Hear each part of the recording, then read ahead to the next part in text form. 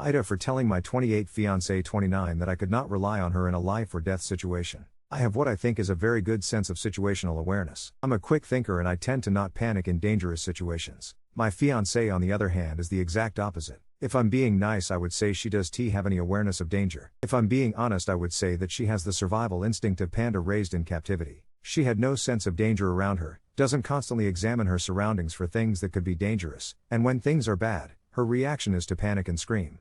Friday we went out on a friend of mine's boat and we got into a dangerous situation. We were anticipating light rain but we ended up with a downpour, high winds and high waves. While me and the other men there were trying to strap things down and keep the boat from capsizing. My fiancée screamed and cried for dear life. She was in hysterics, and I get it was a scary situation but her yelling and screaming that we're all gonna die and for God to save us and literally crying saying that it's my fault that she's on the boat since I asked her to come with. None of the other GFS or wives were doing this, just her. I'm sure the other women there were just as scared but tried to keep it in for the sake of the men doing something about it.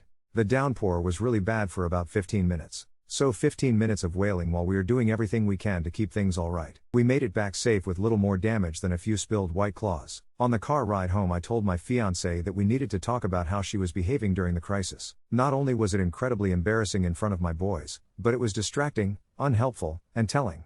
I told her that, today proved to me that if I was in a life or death situation, I could not rely on her to be any help or do anything except make things more stressful. I said she needed to learn how to not panic and be helpful. She got unbelievably mad. She said she thought she was going to die and had reason to freak out. I told her that all of us were scared but none of us were as ridiculous as she was. We argued the entire ride home and she is still pissed off for me. I think I was right to say this, especially since we plan on spending our lives together and raising a family and I can't be the only level-headed one. AITA? Thanks for watching, like and subscribe to see more content.